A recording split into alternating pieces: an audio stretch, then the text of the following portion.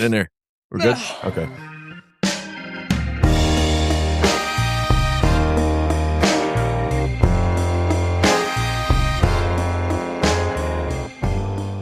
Hello and welcome to Sidedish, your podcast about Longmont. Everything that you want to know and very little that you need to know. I am your host, Brady Steffel, joined, as always, by the intrepid Annie Larner. There she is, as always, as mostly always, and as sometimes we haven't come up with an adjective for you. Brown-nosing Shaquille Dalal. Brown-nosing? It's the one I got every time. Brown-nosing? So you're more like nosy. I don't know if you're brown-nosing. Right. I'm nosy. Yeah, I'll take nosy. Yeah, I guess in the something like best that. of ways. Yeah, we're also joined by some good company hiding back in the corner. I won't name him by name. He might not even want to be known, but we got a little help around here, which is, we get by, a little help for my friends. Life is good. Yeah, I mean, I think, so this is going to be the fourth time we're video recording a Sidedish podcast, and it is going to be the best lit one ever. Yeah. Because of the help that we it's gonna be lit. It's going to be lit. Are we too late? We 2 years too late to say lit now? Oh, yeah. When was lit said? So long ago. Okay. Lit isn't. That's fine. We're cool people. You guys have any new slang that you've been hearing lately? Like the song? Like what the kids are saying. Like any good No, ones? I got no idea. Zine? I got zine. I learned what a zine is. Like recently. a magazine? Not a magazine. Oh. It's like a little quick produced thing. Like a zine. Yeah. But that's like a comeback. That's like a Renaissance thing. Renaissance from the 90s. So cool. Yeah. That's how cool I am. I'm learning slang from when I was a child. But it doesn't surprise me that I wouldn't be surprised if zines are... My sister was super into zines. She had like all these punk zines when there was a punk scene back in the day.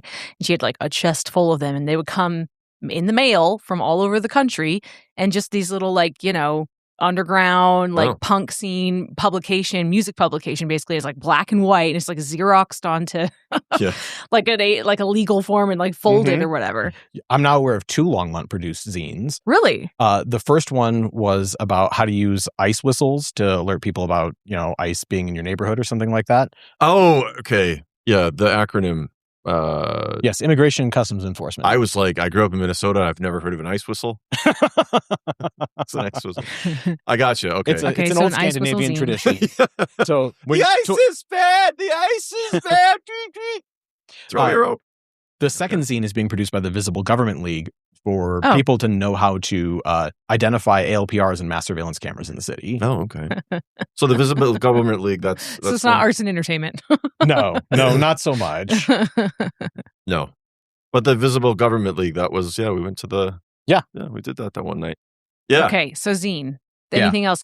All I've got anymore is baddies. That's what all my nieces are saying. Like baddie? Baddie. Like old lady, this baddie old lady? Like no, like your baddie, like your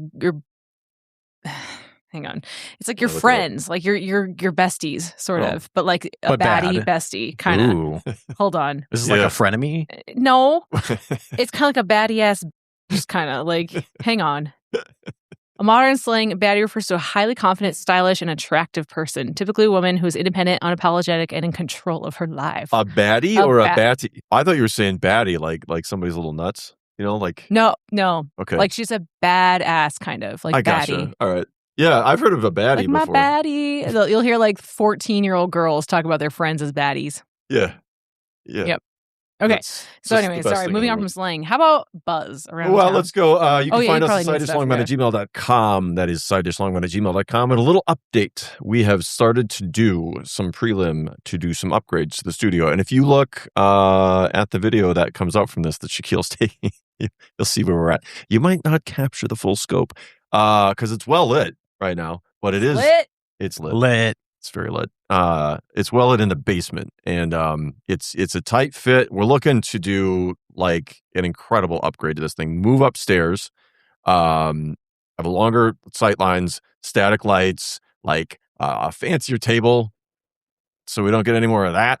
What else are we doing? Like table, microphone upgrades, headphone upgrade, like the whole shtick. Decorations more attractive. Like make a set and make this a community anchor space, not just for us. Shaquille and I, Annie, we're already in. We're at a net loss running this thing. We don't make any money. We're giving more to LPM. So if you want to get a hold of that, get a hold of us, sidedishlongmont@gmail.com for the moment, because that's kind of the only place that we have access to this. But we're going to set up something more civilized, a GoFundMe or like a Give Butter campaign or something through LPM. It's all on the up and up. It'll be tax deductible. So we're going to work on that. So if you want to find us, otherwise, sidedishlongmont@gmail.com. Tell us what your slang is. Give us your best new slang. And if you ain't got new slang, give us something old. What's your the old ones? Zine. Swell. I think. Cromulent. Let's kill this. Let's do some buzz. What do we got from buzz? So the Tower of Compassion in Kanemoto Park has now been designated to the State and National Register of Historic Places. It's located in Kanemoto Park. It's a 5-level traditional Japanese pagoda, and each level represents a different meaning of compassion. They are love, empathy, understanding, gratitude for all things, and giving selflessly of oneself. It was donated by the Kanemoto family to the city in 1973. They moved to Longmont in 1919. So they'd been in Longmont for quite a while. Longmont was very good to them historically, but it's also in recognition of Longmont's compassion for the Japanese people during the era of World War II, when many states and many localities were stripping Japanese people of their rights, even if they were citizens, and interning them. Colorado was not one of those states, and Longmont was not one of those cities. And so it, represents a goodness within the city of Longmont that historically has served us well and continues to serve us well into the future. Yep. Yeah, cool. It's awesome. Progressive from the get-go. Well, it's not the get-go. We're at our whatever centennial at this point. Longer than 100 years ago, but 155 years of Longmont. There you go. Used to be 150, and it's a sesquicess. Do you remember what that one is, right? I can't remember. Yeah, I got no words. We're mad in the corner over here. And I think that the part where that park is was a donation of land from the family. Yeah, that's their old farm. It's cool. It's Southmore. Cool. I've got that Cemex can keep operating. I didn't read this article, but this will probably be contentious with somebody. Mm-hmm. Somebody's going to have an opinion on that one. So that's going on. There's a Denver posse apparently trying to send the tree of heaven back to hell. Do you guys know about this tree? It is miserable. I have some in my neighborhood. It grows fast. It's from Asia. Variety called Tree of Heaven? Yeah, I don't remember the actual genus. I'm not a big dork about some stuff, but not that much about plants. But they're fast growing. They will outcompete like everything else. It is a noxious weed. We have them in town. They are miserable. They don't die. And if you cut them off, more little ones come out from under the ground around them. They are, and then they throw like 300,000 seeds in a year that they're They look sort of like a little subtropical tree. Yeah, they're from China, and they get very big, and they puke out a ton of seeds, and they get everywhere, and I have to pull a ton of them out of my yard. So, the hard thing about them is, so I try to only garden with native plants in my yard. I don't actually care what my yard looks like. I just wanted to not, to only have native plants. I had a tree of heaven, and I had to look up the process for how to kill a tree of heaven. It is one of the only times where I think that the use of chemicals is acceptable, because there is no generally accepted method to kill them without literally drilling holes in the trunk, filling them with Roundup. And you have to do it within 6 minutes after you drill the holes. Otherwise, the plant's defenses will close the holes off. Oh my gosh. They're unbelievable. And then you cut it down 3 months later. Oh my gosh. It's bonkers. Genius developed by Genghis Khan himself. I mean, if you're going to kill it, you have to the other way probably would be to do it mechanically, and you raise it, and then you have to just fight little shoots, because it'll go underground and then just start firing stuff up. Man, I don't have any of those. That's crazy. They're miserable. So if you don't know what it is, look it up. If you got one, look at getting rid of it, because your entire neighborhood's going to have it too. Yeah, holy cow. It's unbelievable. They're so hard to fight. Me and the neighbors, I pull them all year long. And then you pull one, and you pull this thing, you think, oh, I got the root clump that time, and more will come from that exact same spot. It's unbelievable. So there's a reason why that is such an issue. So yeah, who's got something else? Annie's. Oh, I'm stoked, guys. The 4th of July picnic is coming back to Thompson Park this year. Oh, it's good news. And of course, I hope this year is a big one, because we got the 250 year, we got the 155 for Longmont, and I say it every year, but this is the year. This is the year I'm going to win the picnic contest. You're doing the picnic contest. I'm doing it. Nice. I'm doing it. I'm saying it on air. I'm committing. Here it is. You heard it first. Commit to the bit. But I'm not just doing it. I'm going to win it. That's the point. I will win it. Yeah. So we'll keep you posted as we get closer, so you can come visit Sidedish at my tent that you now both will mandatory have to be there for. Sure. Yeah. Okay. And we're going to win it. Okay, cool.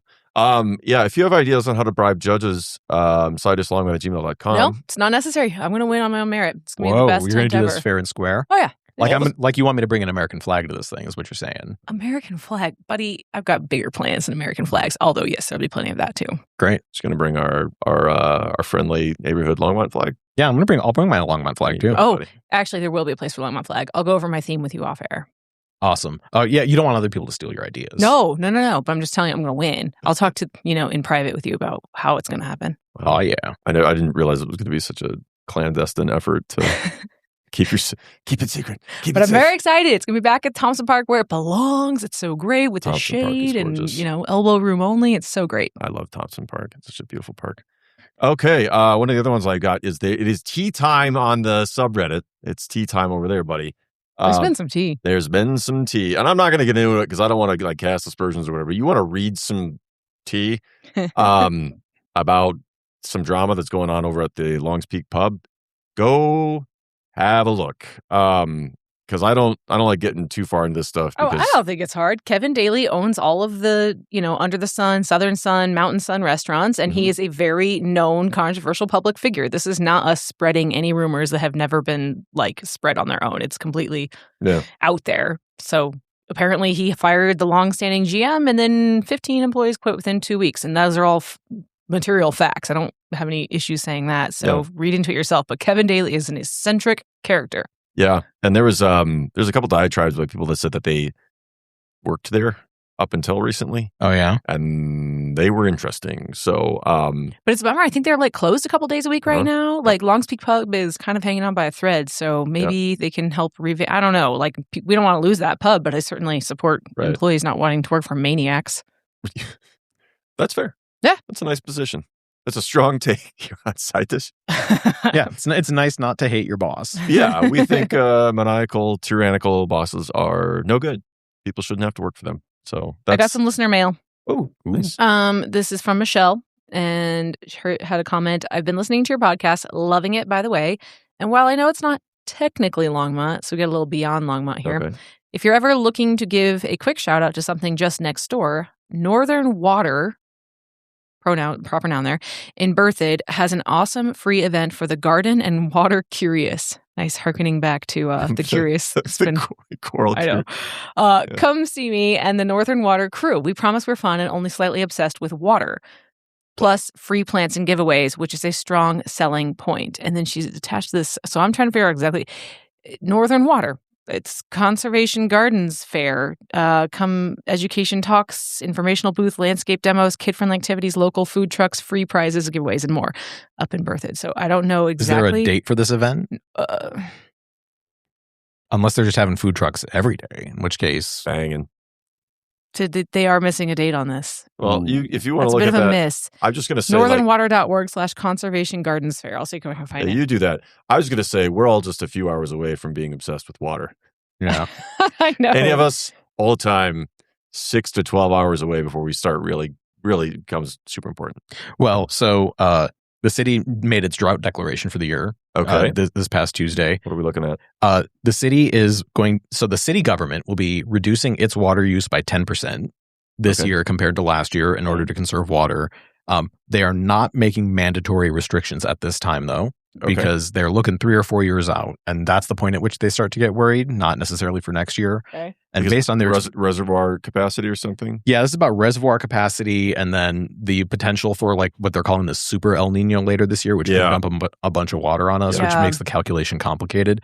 Because what they said is that when they did mandatory restrictions in 2002, 2003, it created a lot of problems for the city because the enforcement is very challenging.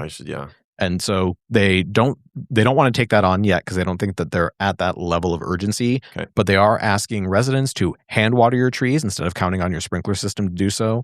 Why is that? Is that more because that conserves more?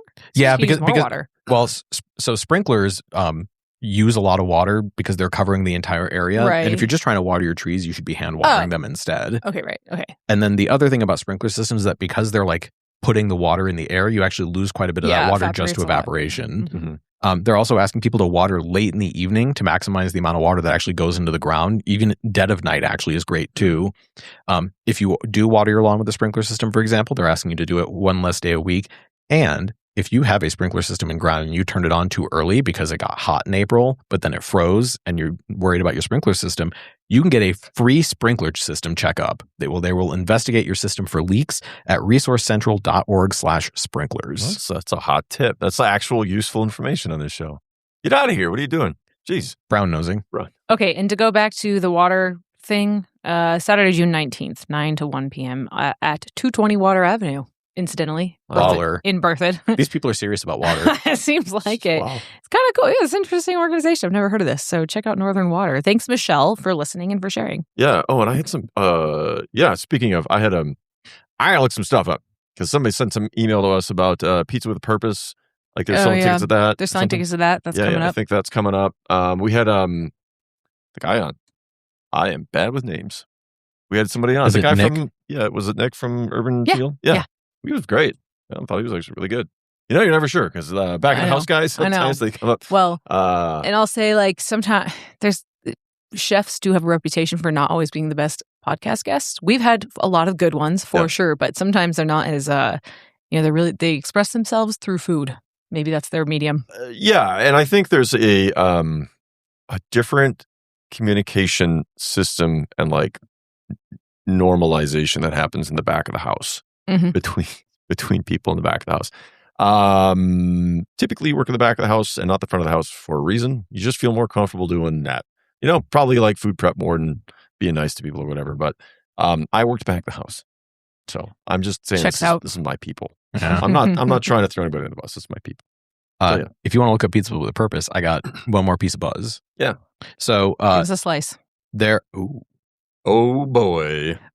You may have seen the people standing in front of King Soopers and other places around town collecting petition signatures to put stuff on the ballot later this year. You may also remember Prop 130 from 2024. This is the thing that required the state to spend $350 million a year additional money in police training. What that was essentially basically corporations grifting because they figured out that if you pass a referendum, you can force the state to spend money on your thing. And so this is a great way to put money in the pockets of specific industries. So there are two corporate organizations that are grifting on the state budget this year. The first one is Initiative 177. This is oil and gas looking for a handout by creating a quote-unquote right to natural gas and adding it to the state constitution. The goal is to make it so that people who don't want natural gas because carbon-free electricity is cheaper have to maintain the service to their house, and cities have to maintain service to businesses and houses. The funniest thing that I heard once was I was actually talking to Mr. Money Mustache about actually physically cutting the cable for coax to the house. And I was like, I don't know that I'm ever going to use it again, but I kind of feel like, and he's like, what are you going to, should we keep hitching posts in front of the house when nobody's going to use a horse ever again? Like, are you ever honestly going to hook that up? It's like, no. And it's like, if you make the conversion, I don't feel like I should be beholden to natural gas in order to do that. So that's an oddball. So like if you wanted to eliminate all gas powered appliances in your home, you wouldn't be able to delete the gas line? That's correct. You would not be able to disconnect your gas service because this would create a right from the oil and gas companies to serve you. Interesting. And this is especially pertinent to Longmont because we get our electricity from the Platte River Power Authority, which then sells its electricity to Longmont Power and Communications, our municipally owned electrical utility. And because we have so much renewable electricity and are getting more renewable over time, our price of electricity is actually staying very stable. Natural gas is more expensive than solar now. We use natural gas as a backup source for peak demand right now, and we'll continue to do that for the foreseeable future. But there are lots of homes in the city of Longmont now that are being built without a natural gas connection because it is cheaper. And because it is more like it's financially the right thing to do. A lot of the multifamily developments too. Mm-hmm. Yeah, so the oil and gas companies are very worried about this, and so they want to force this through the state constitution. Nothing like there's a lot of times where I will like hedge when I'm talking about this stuff, but I'm very much pro electrification. Very much, we could really wean off of oil and gas. So that's my hot take. Sort of an old lefty environmentalist, but I'm freaking shocked that you just said that, Brady. Really? Yeah. We get a lot of emails. Brady, I'm writing this. It's the last time I'll ever communicate with you. Your stance on oil and gas is a bridge too far. Surprising. No, I'd be all out if I could. The other group of corporations that are trying to grift on the state budget this year, this is Initiative 175.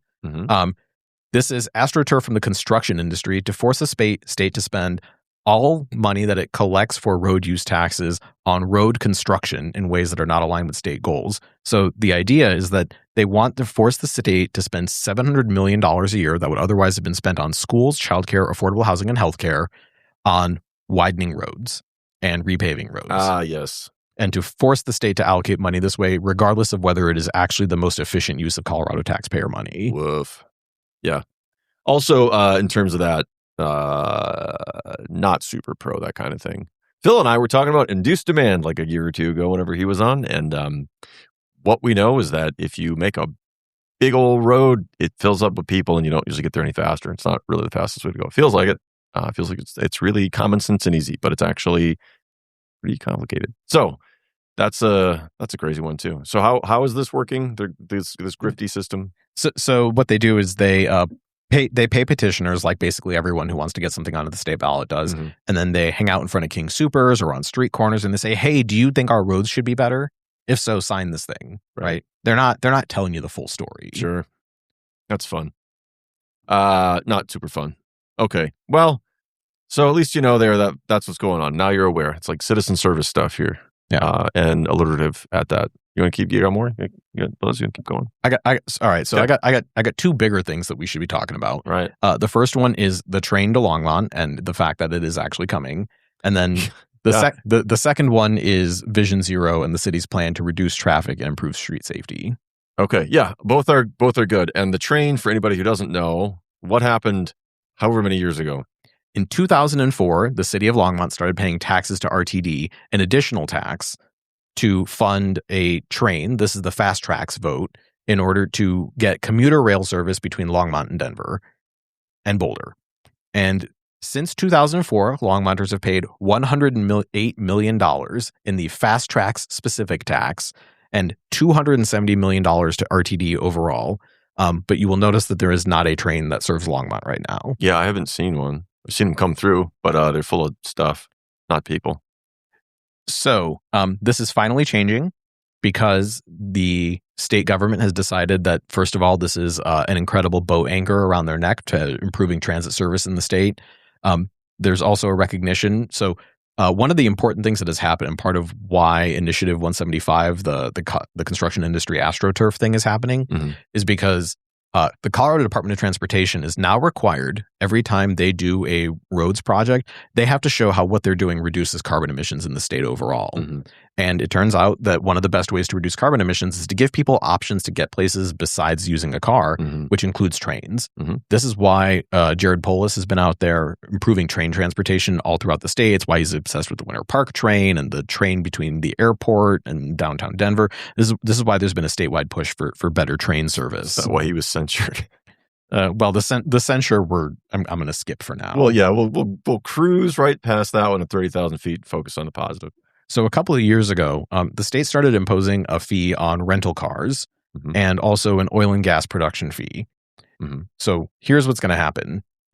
That money from those fees, combined with the $108 million in FastTrack specifics money that Longmont has been paying into this fund, are going to be used to fund a train to Longmont that will start service in January of 2029. It will run from Fort Collins to Denver, and there will be 3 round trips per day. That is for certain. What is the name of this service? This is you may have seen the competition to name the train. It's called CoCo, the Colorado Connector. It's not bad. It's going to, sketchy. Yeah. It's going to use existing rail lines from leased from BNSF, and people have RTD blamed BNSF for the reason why FastTracks never happened the first time, because they didn't negotiate with BNSF in advance.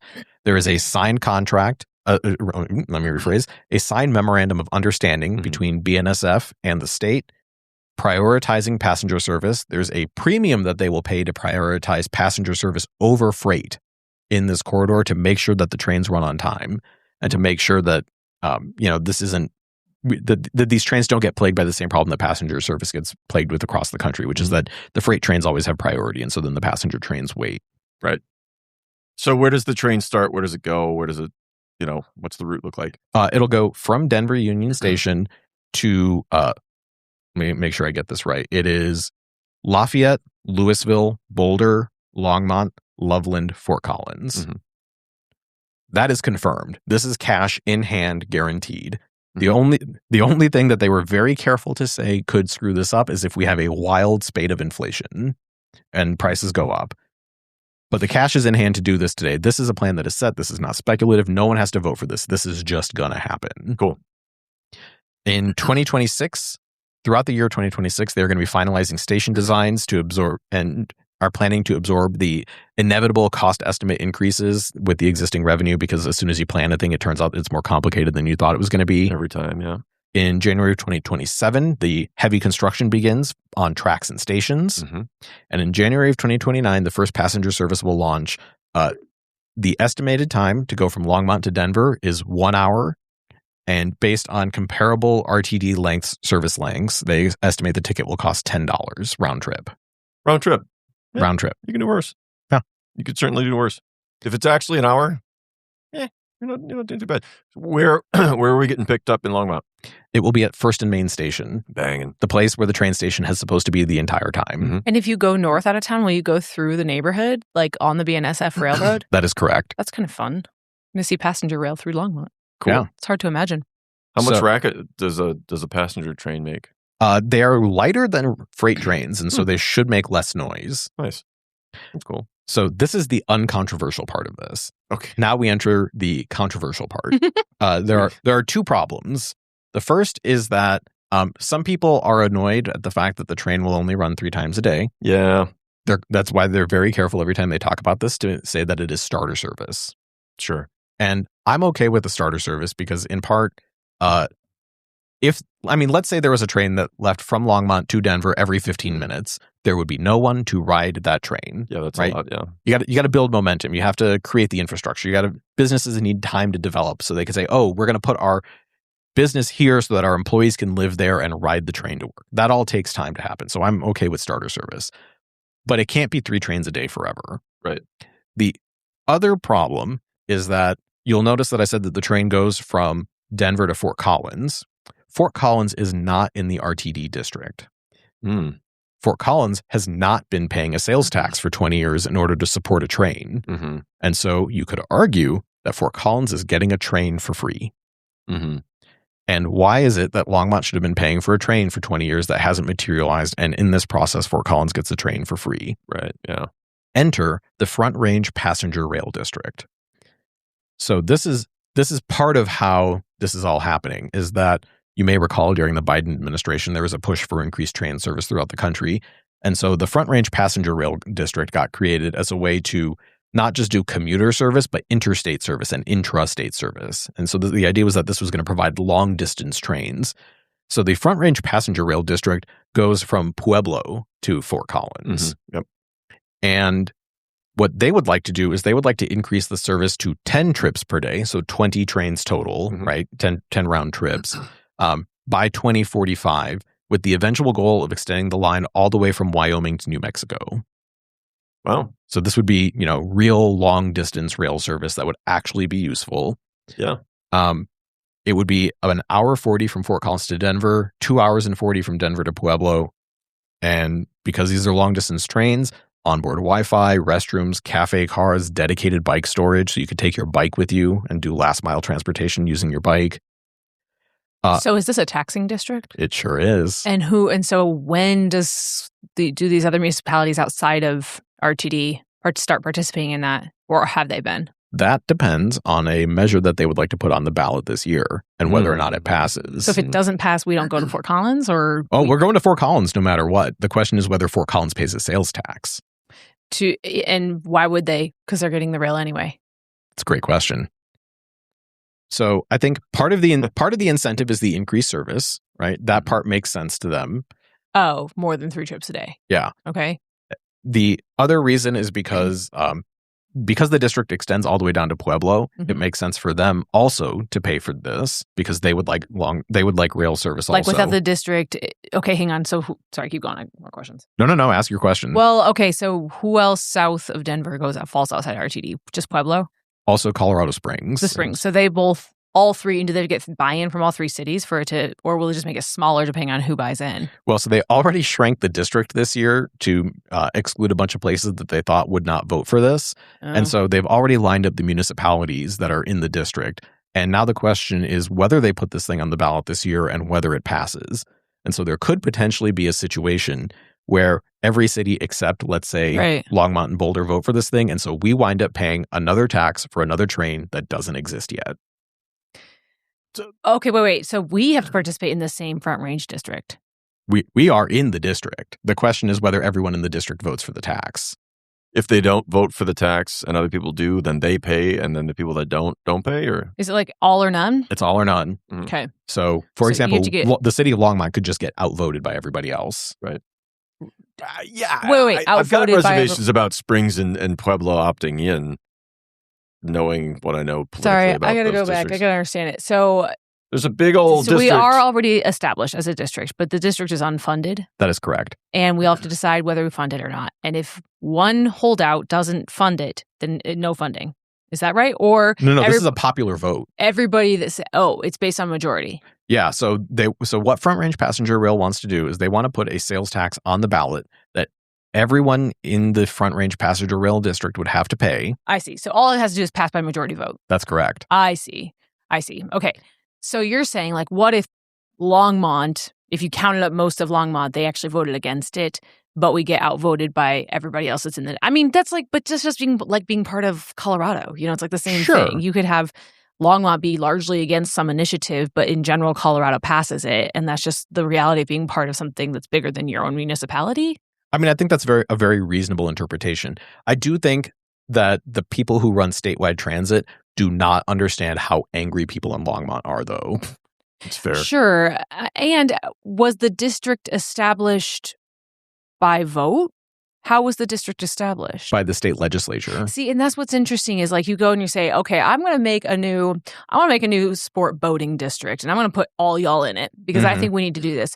Don't worry, you don't have to pay for it or anything yet. But then so you just automatically get invited into some like new special interest district, and then they start this lobbying, this like campaign starts happening to put money towards it, and you and your whole community never want to be part of it in the very first place, and you vote it down, but you got like roped into it a little bit. Maybe you could also say it's like that. Like, that's 100% correct, right? I mean, this is a special district was established by the state legislature in accordance with the law, and the state legislature is the relevant governmental authority to do something like this, right? These are our democratically elected representatives. What other types of districts like this that grab a bunch of different cities get established? RTD is basically just like this. Right. And it probably back in its infancy is that was how the like same the other thing. special tax districts are? I mean, or those like schools and stuff. School districts are established the same way.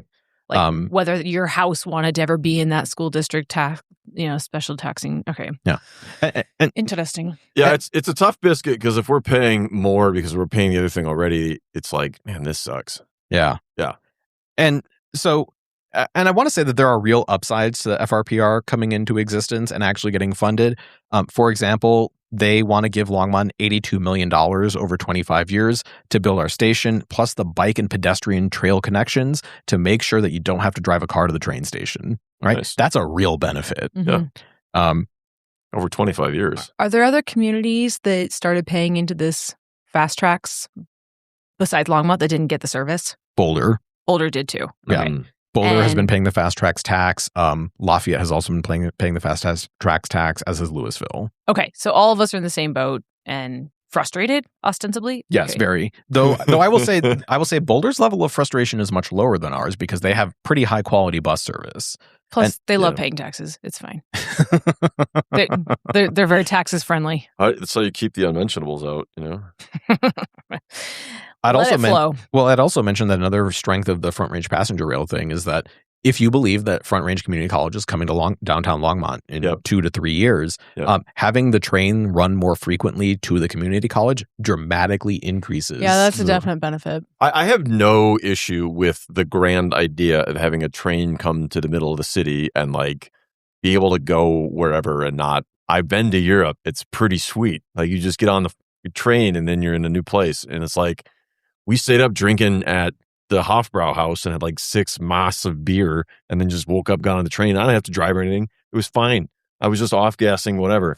And you can do stuff. You can do that with Uber. Have you ever tried it? Yeah, it's but I'm not gonna Uber Or to ride downtown Longmont. Denver. Like, Why?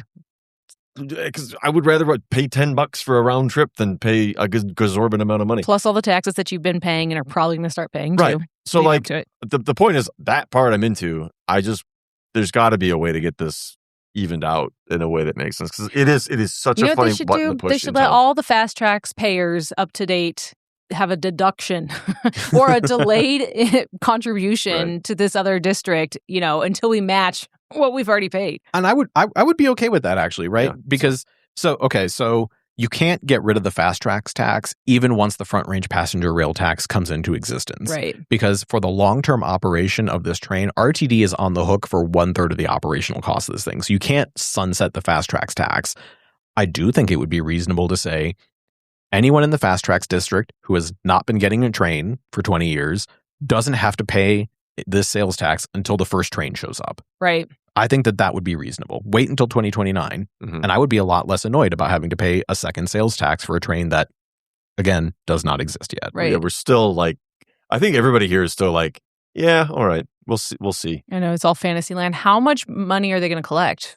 Do they know what's on the table for this other district? They have Front Range what? I got to remember all these things. Front Range Passenger Rail. Front Range FRPC. FRPR. FRPR. Yeah, I was working it out earlier. It's not great. I could have done another one. For FERPR. All right, we've been on the train. No, this is great. I've been wanting to hear this. This is super helpful. We tend to go like extremely long on these, and I'm trying to be respectful of the fact that people might be falling asleep somewhere else. All the AI mixes up our episodes into chapters now, so you can just skip this chapter if it gets too deep. We go back.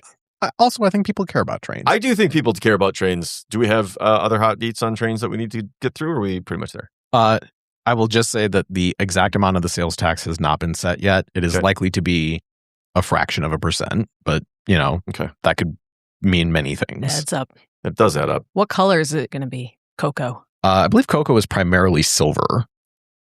That's a fine train color. Shades of silver. So boring. Give us something like your shirt. That'd be fun. Teal. We're on video. If you want to find it, find Shaquille's friggin' social media or whatever. Yeah. You can look at his my Teal official Longmont Public Media t-shirt. Yeah.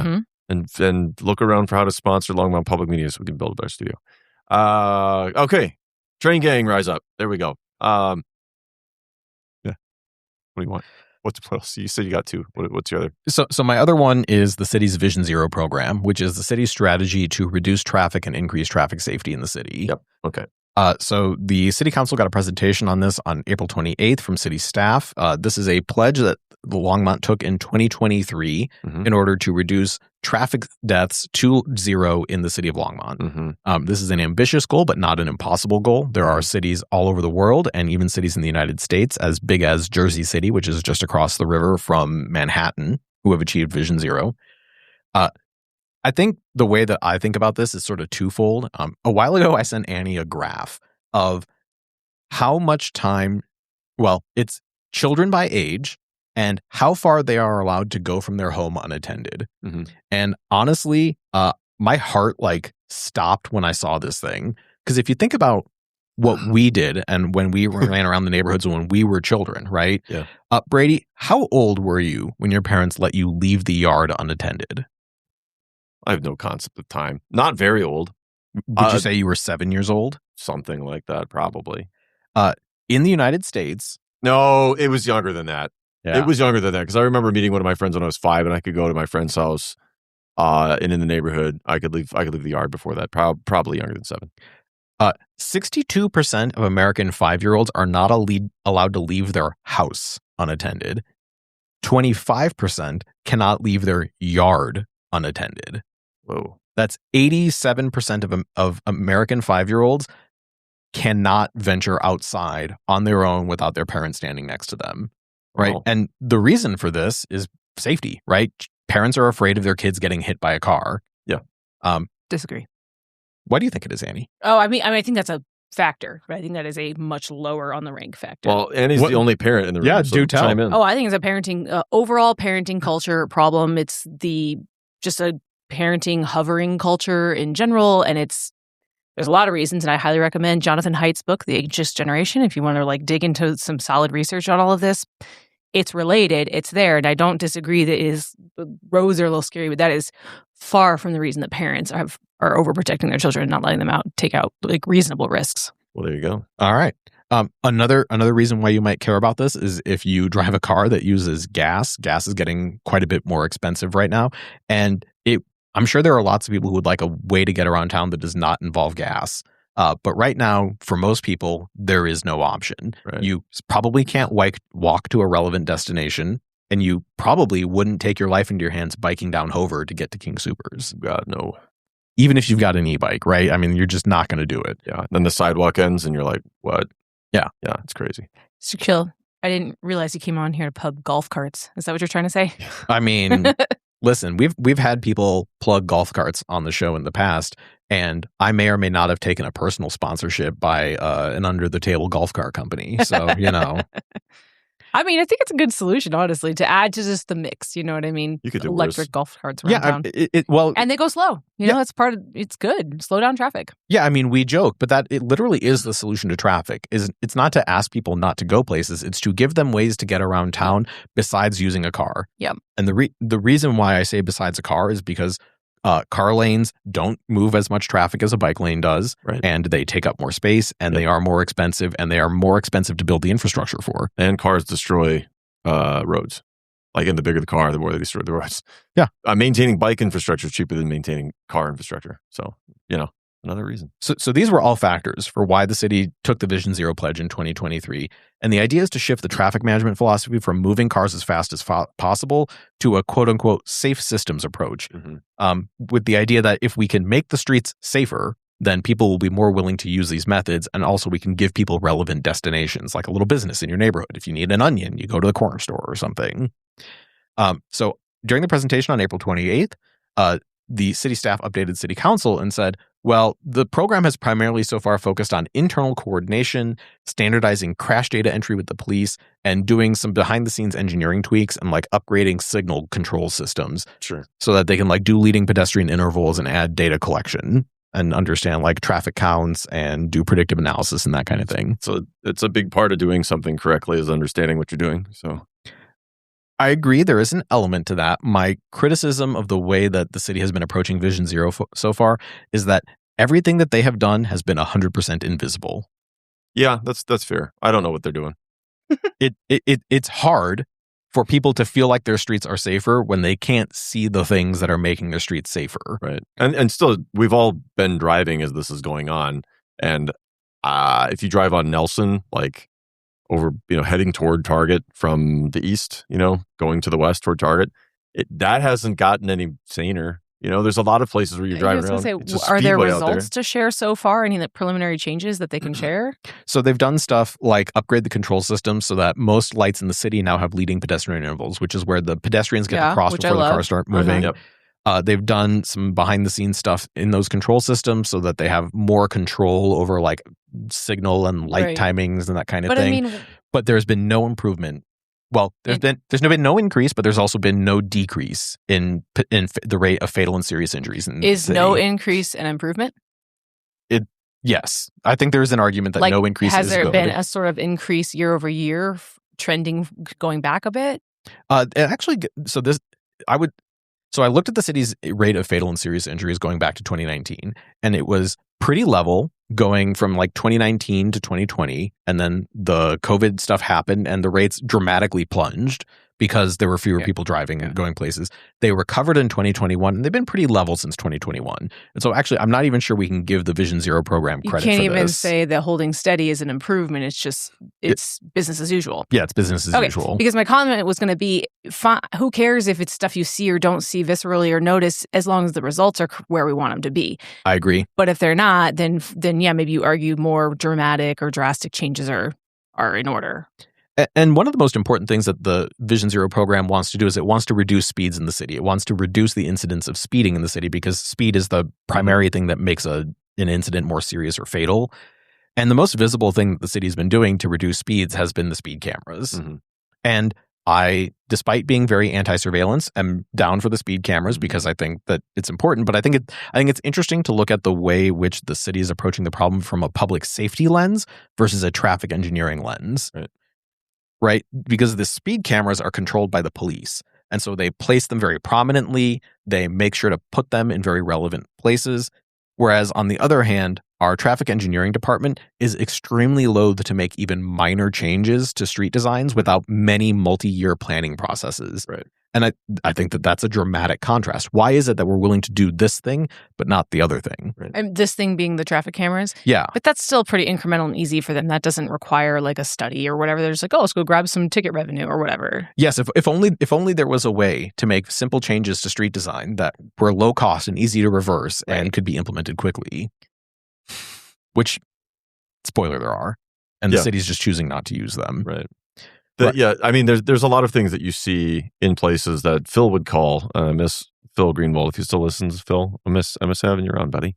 But like traffic calming, as he would call it, just like making the roads smaller so people can't, like, you don't feel like we were talking just in this episode about widening, and it has the impact of making it feel like you can go extremely fast. And personal experience, again, I was on that road at Nelson.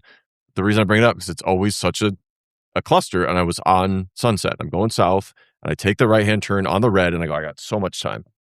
And then these kids come howling up, and I'm guessing they were pushing 60 on that. And it's like, you guys just came up. So it's like that stuff happens all the time. And it's like we, as a systems issue, like there are places to calm things down. And the traffic cams, like I don't love surveying the state either, but I'm with you that like some of this stuff is so egregious that So what are the different levers that you can pull to deal with traffic? If there's the engineering side of things, and then there's the law enforcement side, like public safety, is there another department we're missing? No, I mean, these are really the relevant departments because we think about carb movement as either being a criminal issue if you're speeding, or we think about it as a design problem. Actually, we're lucky if we think about it as a design problem, but in the city of Longmont, we do. And so this, during this presentation, city staff broke down the different categories of kinds of changes that they're trying to make to street design in order to implement these changes. For like future designs? Yeah.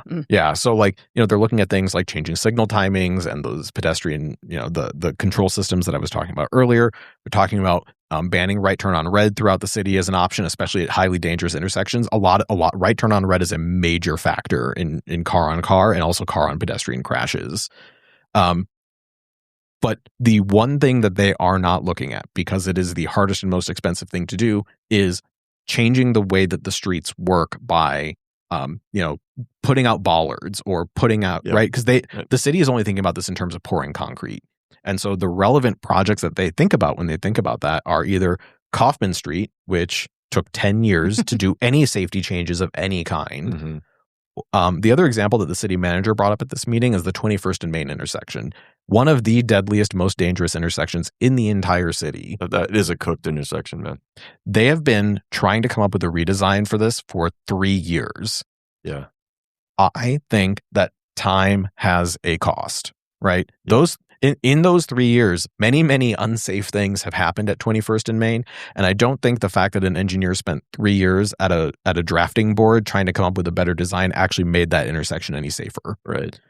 And we know how to do this. This is not like unknown. For example, when there is construction in an area, they want to make sure that the construction workers are safe. And so they put out bollards and construction barrels and additional lighting and signage, and they narrow the streets so that people go slower through that area to reduce the risk that a construction worker is killed by a car.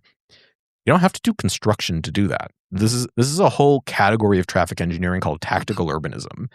And one of the strengths that it has is that it is cheap, it is easy, it is highly implementable, it is accepted traffic engineering practice. And the best part is that you don't have to have a perfect design before you do it. You can just make an improvement, and then if it doesn't work, you can pick up your plastic bollards and move them and try something else. Yeah. So how do we leverage the city to do anything about that? But then you get these ugly plastic bollards or whatever out. And so what is the idea? Be temporary, try some things, see if it works, and then spend the money to make it more permanent and not ugly? Yeah, exactly. The idea is that you get the safety benefits now. you get to test out your design before it's finalized. And so you don't run the risk of spending $1 million on concrete. Oops, we did it wrong. Mm-hmm. And then in the meantime, while you wait for the city's capital improvement budget to catch up, you get the safety benefits. Mm-hmm. Yes, sometimes they can be ugly. Though as tactical urbanism has become more popular throughout the United States, there are many actually very attractive ones that have come out. And this can be as simple as like just using a rubber bumper or a concrete parking barrier. The grass-filled mesh, like long hose things that you can sort of make like makeshift like parklets out into the lanes and stuff. Sorry, you should Google you're right. this and just look up ideas. Like anything is more attractive than a vehicle parked inside of a building. And many places actually use this as opportunities to beautify neighborhoods. So for example, if you need a curb bump out, what you'll do is you'll put out the plastic flexi bollards to like outline the bump out for the curb. And then you can hire a local artist to paint that space to both make it more beautiful, but also make it more visually apparent to drivers. Hey, there's something special here. Mm-hmm. Don't speed. Mm-hmm. Man, you wish residential neighborhoods could just do this themselves. There is a movement. There are people that do this. It's like, let's just go. We live on the street. Like, I know a guy who said there was like not a bench at one of these at a bus stop. And he said they just got one and they went and bolted it down in the middle of the night.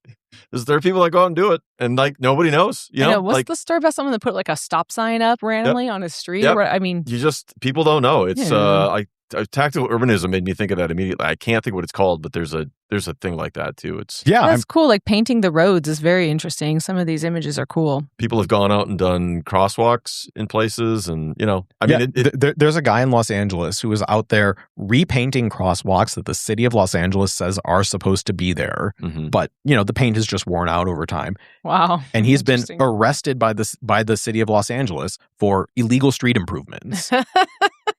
But on the other hand, he's just doing stuff that's already supposed to be there. Yeah. Why shouldn't residents be allowed to do that? One of the tactics they were using in the UK at one point was to draw things around potholes. Oh, yeah. Or use the pothole as part of anatomy. So, I mean, obviously I see why not, because of, if you go down the worst case scenario, like everybody just going buck wild. Right. It's like guerrilla out there. But, it might have been guerrilla urbanism. Yeah, I think I've seen something like that. Definitely tactical urbanism is a good just Google keyword, but very interesting, Shaquille. Well, yeah, I think it is an issue in the city. You and I had this conversation about how traffic is getting to be an honest to God pain around here, and having other solutions is important.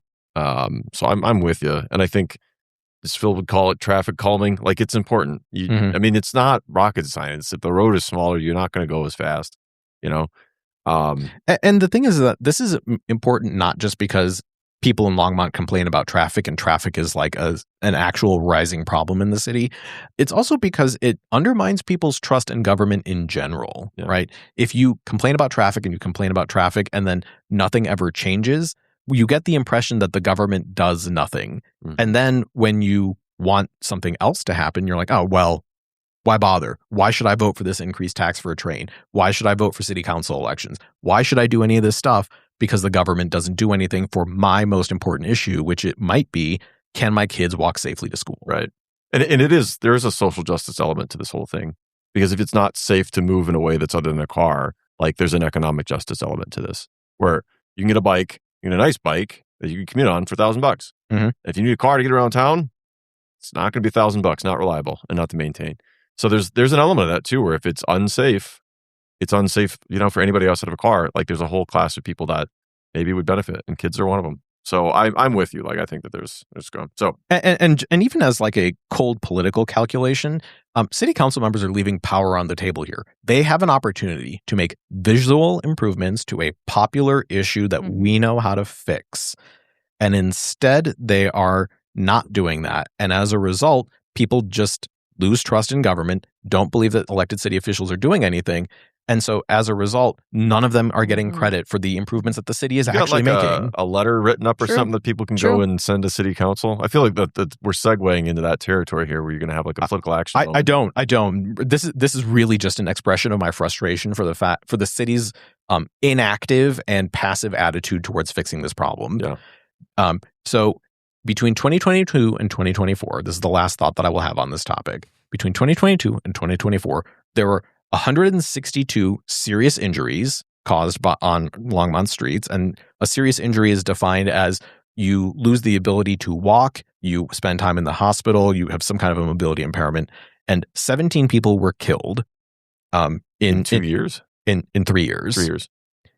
Imagine if these were guns instead of cars. Yeah. We would treat this problem so differently. But I actually don't care whether they're cars or guns.